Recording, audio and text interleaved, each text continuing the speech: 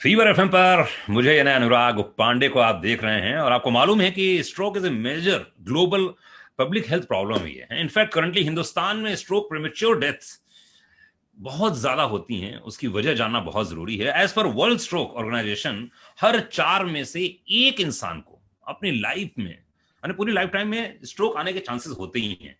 Not just बल्कि हिंदुस्तान में बल्कि तकरीबन अगर मैं बात करूं पूरी देश और दुनिया की, तो 1.8 मिलियन लोग स्ट्रोक का शिकार होते हैं, जो कि बहुत ही बुरी बात है। और मुझे ऐसा लगता है कि सिर्फ अवेयरनेस की कमी है और बहुत कम लोगों को हॉस्पिटल तक पहुंचने का मौका मिल पाता है ना। सोचने वाली बात, बहुत गंभीर बात है। इसीलिए आज मैं आप सभी के लिए लेकर आया हूं डॉक्टर विप्लव गुप्ता जी को, जो कि डायरेक्टर न्यूरो इंटरवेंशन सर्जन हैं एंड को director comprehensive stroke care centre के हैं, और जो कि आर्टेमिस हॉस्पिटल में हैं। और मैं चाहूंगा कि अगर आप गुरुग्राम कहीं पे भी आसपास हो तो आप जरूर इनसे जाके मिलें। एंड इस समय डॉक्टर साहब मौजूद है। डॉक्टर साहब वेलकम, बहुत बहुत स्वागत है आपका।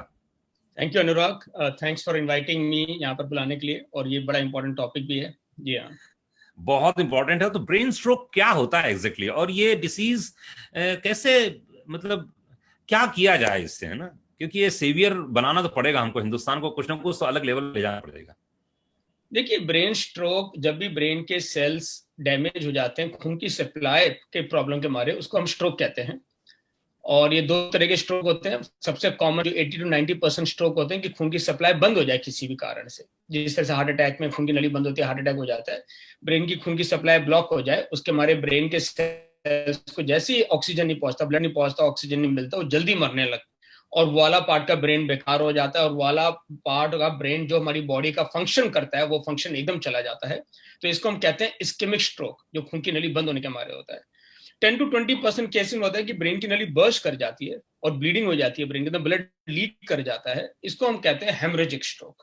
तो ये दो प्रकार के स्ट्रोक होते हैं। और जैसे आपने बिल्कुल बोला, ये बहुत ही कॉमन है। अभी नया डाटा आया है कि थर्ड मोस्ट कॉमन कॉज है ये बीमारियों में, after heart and cancer, of death and disability.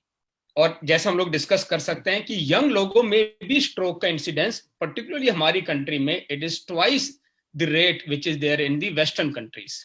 बाप रे। तो it is a major medical issue which has come up.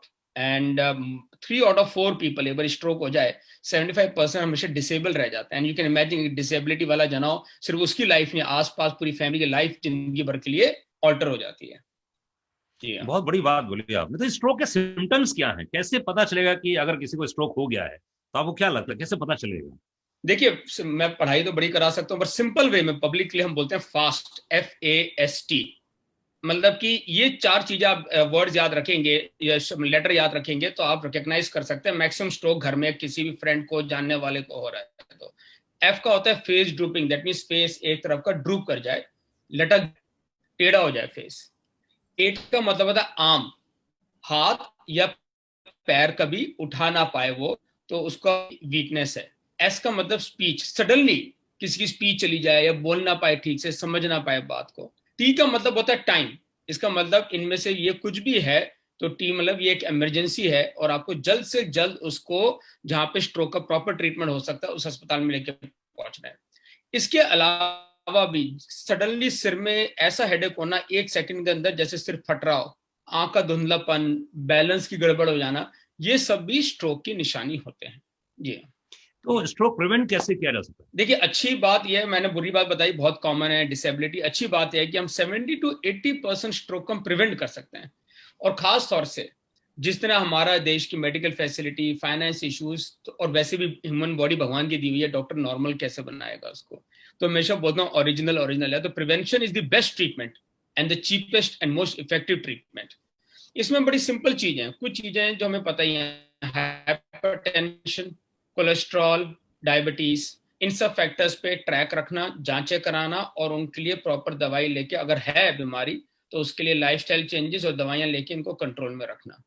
कुछ हमारे पर हैं, अपना हमारे खाने की habits play a big role. Exercise properly करते रहना, स्मोकिंग ना करना और अपना वेट भी कंट्रोल में रखना। ये सब अदर फैक्टर जो हम बोलते हैं लाइफस्टाइल फैक्टर्स हैं, कि लाइफस्टाइल फैक्टर्स को भी आप कंट्रोल में रख लेंगे। अगर ये 7 चीजों का आप ध्यान रख लेंगे तो 70 to 80% स्ट्रोक तो हम प्रिवेंट कर सकते हैं। आज जो वर्ल्ड स्ट्रोक डे है, तो वर्ल्ड स्ट्रोक ऑर्गेनाइजेशन ने मूवमेंट, दैट मीन्स एक्सरसाइज का थीम रखा है। वी आर रियलाइजिंग नाउ कि जस्ट बाय एक्सरसाइजिंग हम लोग 30 to 40% स्ट्रोक का चांस कम कर सकते हैं, और स्ट्रोक अगर हो भी तो उसकी सिविरिटी कम हो जाती है। तो इस बारी थीम ही रखी गई है मूवमेंट। जी, वाह वाह, वेरी गुड वेरी गुड। तो स्ट्रोक के ट्रीटमेंट ऑप्शंस क्या क्या? देखिए दो तरह के ट्रीटमेंट ऑप्शन हो गए। एक तो होता है इमरजेंसी में स्ट्रोक आ जाए, जिस तरह से आप सबको पता है, अगर हार्ट अटैक होता है आप इमरजेंसी में जाते हैं और आपको लगता है डॉक्टर स्टेंटिंग एंजियोप्लास्टी करके नली को खोल देगा, मेरा हार्ट बच जाएगा। यही चीज स्ट्रोक में आ चुकी है। हम नली को इमरजेंसी में अगर खोल दें, जल्द से जल्द खोल दें पहले कुछ घंटे में, तो हम ब्रेन को बचा सकते हैं और रिवाइव कर सकते हैं। इसके लिए पहले 4.5 घंटे में हम लोग एक इंजेक्शन दे सकते हैं, जो कि क्लॉट को घोलने वाला इंजेक्शन होता है, उसको हम कहते हैं TPA। 4.5 घंटे में आ जाए तो, और छोटा क्लॉट हो तो हम इंजेक्शन से देके उसको घोल सकते हैं, नली को खोल सकते हैं, वापस ब्रेन रिवाइव कर सकते हैं। 4.5 घंटे के बाद हो या बहुत बड़ी नली ब्लॉक हो तो एक प्रोसीजर होता है, उसको हम कहते हैं थ्रोम्बेक्टमी। जैसे हार्ट में करते हैं एंजियोप्लास्टी, क्योंकि हार्ट में स्टेंट परमानेंटली डाल देते हैं, हमें परमानेंट स्टेंट नहीं डालना होता, क्लॉट बैठा होता है ब्रेन में, उसको हम बाहर निकालना होता है, उसको कहते हैं थ्रोम्बेक्टमी। हम जाते पैर की नली से, जिस तरह हार्ट के डॉक्टर है, कोई ओपन सर्जरी नहीं होती, और अंदर ब्रेन के अंदर तक जाते हैं, और एक स्टेंट रिट्रीवर करके डिवाइस होता है, दैट मीन स्टेंट है पर रिट्रीव करना है, वापस निकालना है हमारे को। उस स्टेंट को हम डालते हैं, तार से अटैच होता है, वो क्लॉट उसमें फंस जाता है और दोनों को हम खींच के बाहर निकाल देते हैं। इसको कहते हैं थ्रोम्बेक्टमी। इस तरह से हम बड़े से बड़े क्लॉट को खोल सकते हैं। अगर मरीज टाइम में आ जाए तो आज 80% नली को हम लोग इमीडिएटली खोल सकते हैं, और 2/3 पेशेंट्स फिर से इंडिपेंडेंट बन सकते हैं। तो ये मेजर एडवांसेस हैं स्ट्रोक में। और इसके बाद हम लोग स्ट्रोक को इसलिए हर जगह समझाते हैं कि जैसे हार्ट अटैक है तो ये एक ब्रेन अटैक है, स्ट्रोक नहीं है, वेट ना करें। मेजर रीजन वर्ल्ड ओवर, हमारी कंट्री में पर्टिकुलरली कॉमन है कि मरीज लेट पहुंचता है, और लेट पहुंचने के हमारे टाइम पर हम ट्रीटमेंट नहीं कर पाते। तो ये मॉडर्न ट्रीटमेंट मेथड्स आ गए हैं, जिसके मारे कि हम लोग स्ट्रोक को अर्ली स्टेज में डॉक्टर रिवर्स कर सकता है। क्या बात है। पर आजकल है ना, ये स्ट्रोक के बारे में बहुत सारी बातें की जा रही हैं, जी। अलग अलग तरह की बात की जाती है। तो जरा ये मिथ्याओं को हटाइए, आप क्या बोलना चाहेंगे, क्यों इतनी सारी बातें होती हैं? देखिए प्रॉब्लम मिथ्या कई प्रकार की हैं। एक तो मिथ्या है प्रिवेंशन के बारे में। मैं कल ही एक कोई प्रेस वालों ने मुझे कॉल किया, तो उन्होंने बोला जी हमारे तो एक ग्रुप में आया है कि ऊपर पानी की धार ऊपर पड़े वो डैमेजिंग होती है।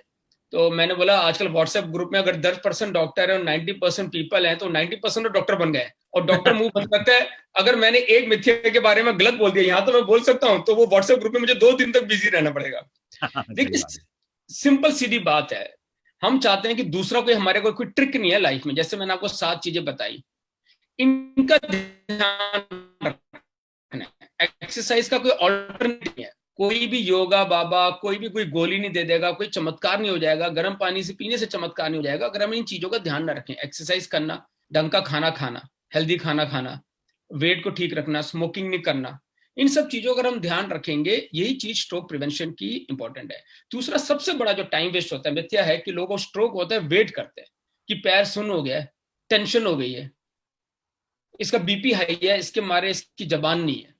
बीपी होना एक निशानी है कि बॉडी कोशिश कर रही है कि ब्लड को प्रेशर के अंदर ब्रेन में किसी तरह से पहुंचाए। बीपी के मारे स्ट्रोक नहीं है, स्ट्रोक के मारे बीपी हाई है। तो एक तो ये मिथ्या है कि डिले नहीं करनी चाहिए, जो हमारे देश में सबसे कॉमन है।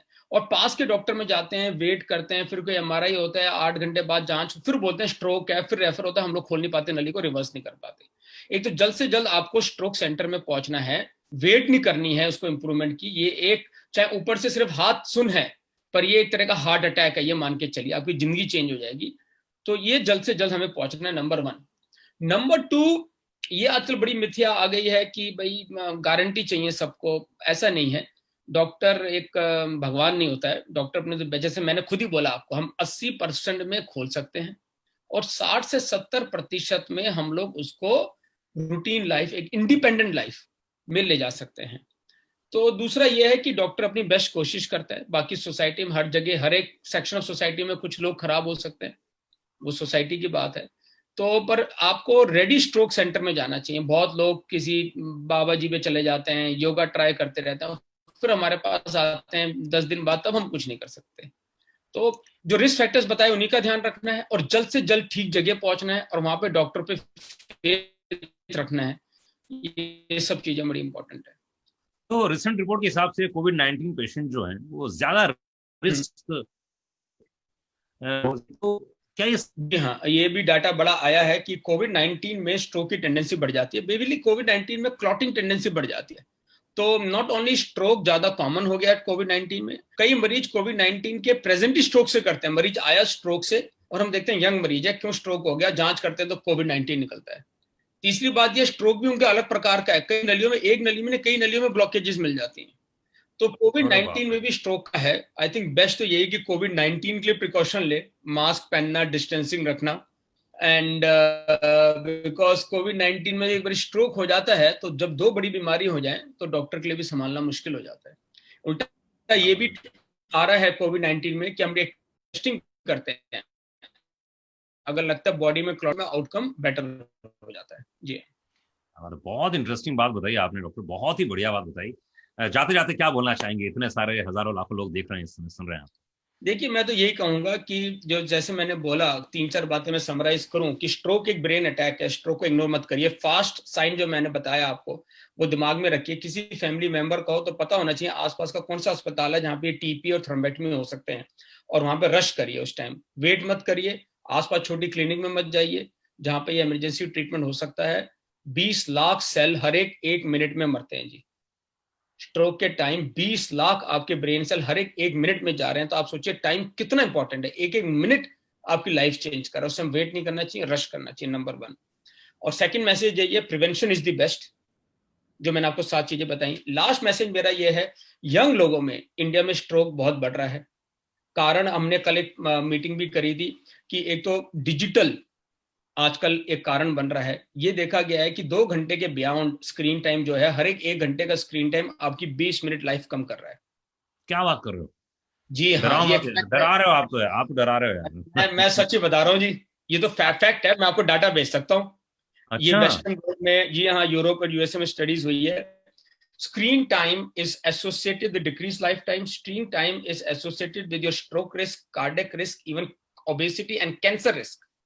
बिकॉज जितना स्क्रीन टाइम बढ़ रहा है आपका लाइफस्टाइल पूरा चेंज हो रहा है। एंड दिस एज, इसको डिजिटल डिटॉक्सिफिकेशन कह रहे हैं आजकल। कल हमने पूरा अपना जो बनाया है प्रमोशन, इस बार हमने थीम यंग लोगों के लिए रखी है। एक तो यह कि एक्सरसाइज प्लीज करिए। इंडिया में ये स्टडीज में देखा गया, जो स्ट्रोक पेशेंट में सिर्फ 2% लोग थे जो रेगुलरली एक्सरसाइज करते थे, जो हफ्ते में 5 दिन 45 मिनट करनी चाहिए हमारे को जरूर। नंबर 2 इज, डिजिटल जमाने में हम सब की बॉडी स्थिल होती जा रही है। जितना हम टाइम स्क्रीन पे हम लोग अट्रैक्ट होते जा रहे हैं, उतना हमारा वॉकिंग टाइम, रेगुलर टाइम कम होता जा रहा है। एंड इसके सारे रेमिफिकेशंस है, इसमें hypertension, cholesterol, diabetes risk, secondary court का रिस्क, कार्डियक रिस्क, ये सब बढ़ रहे हैं।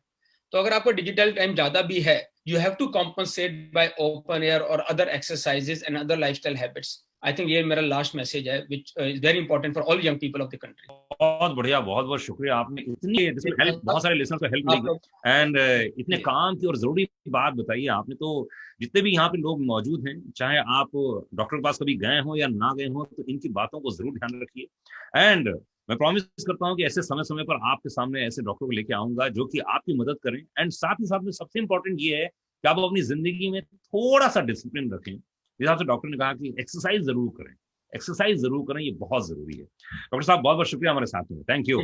थैंक फॉर द अपॉर्चुनिटी जी, नमस्कार।